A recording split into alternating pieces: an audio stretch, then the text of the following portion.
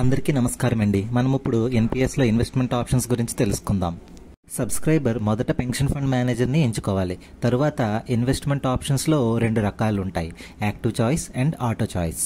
ఒకటి active choice అంటే కొంచెం మార్కెట్ నాలెడ్జ్ ఉన్నవారు అవైలబుల్ అసెట్ క్లాసెస్ ఒక్కొక్క దానిలో ఎంత పర్సంటేజ్ ఇన్వెస్ట్ చేయాలి అని వాళ్ళే డిసైడ్ చేసుకోవచ్చు. అయితే యాక్టివ్ చాయిస్లో 50 ఇయర్స్ ఏజ్ వరకు మ్యాక్సిమం ఈక్విటీ ఇన్వెస్ట్మెంట్ 75% ఉంటుంది. ఇంకా ఆ తర్వాత నుంచి ఎవ్రీ ఇయర్ ఈక్విటీలో 2.5% డిక్రీజ్ అవుతూ 60 ఇయర్స్కి 50%లో లాక్ అవుతుంది. ఇక 2 ఆటో చాయిస్ అంటే మార్కెట్ నాలెడ్జ్ పెద్దగా లేనివారు చేసేది. ఏజ్ పెరిగే కొద్దీ ఆటోమేటిక్గా మార్కెట్ రిస్క్ తగ్గించుకోవాలనుకునే వాళ్ళు అందరూ ఆటో చాయిస్నే ఎంచుకోవాలి. ఇందులో సబ్స్క్రైబర్ ఏజ్ పెరిగే కొద్దీ ఈక్విటీ అండ్ కార్పొరేట్ బాండ్స్లో ఇన్వెస్ట్మెంట్ తగ్గుతూ గవర్నమెంట్ బాండ్స్లో పెరుగుతూ వస్తుంది.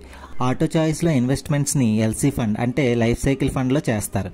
లైఫ్ సైకిల్ అంటే ఫండ్స్ని 3 అసెట్ క్లాసెస్ అయిన ఈసీజీ అనగా equity, corporate bonds and government బాండ్స్లో ముందుగానే సబ్స్క్రైబర్ ఏజ్ ప్రకారంగా ఫిక్స్ చేసిన రేషియోలో ఇన్వెస్ట్మెంట్ చేస్తారు.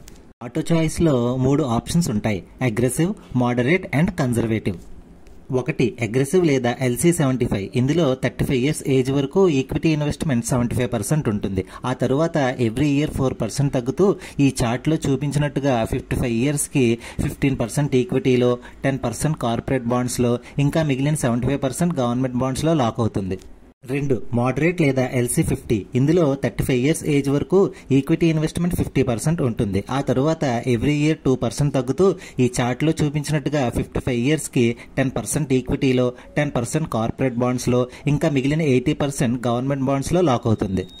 3 కన్జర్వేటివ్ లేదా LC25. ఇందులో 35 ఇయర్స్ ఏజ్ వరకు ఈక్విటీ ఇన్వెస్ట్మెంట్ 25% ఉంటుంది. ఆ తరువాత ఎవ్రీ ఇయర్ 1% తగ్గుతూ ఈ చార్ట్లో చూపించినట్టుగా 55 ఇయర్స్కి 5% ఈక్విటీలో, 5% కార్పొరేట్ బాండ్స్లో, ఇంకా మిగిలిన 90% గవర్నమెంట్ బాండ్స్లో లాక్ అవుతుంది.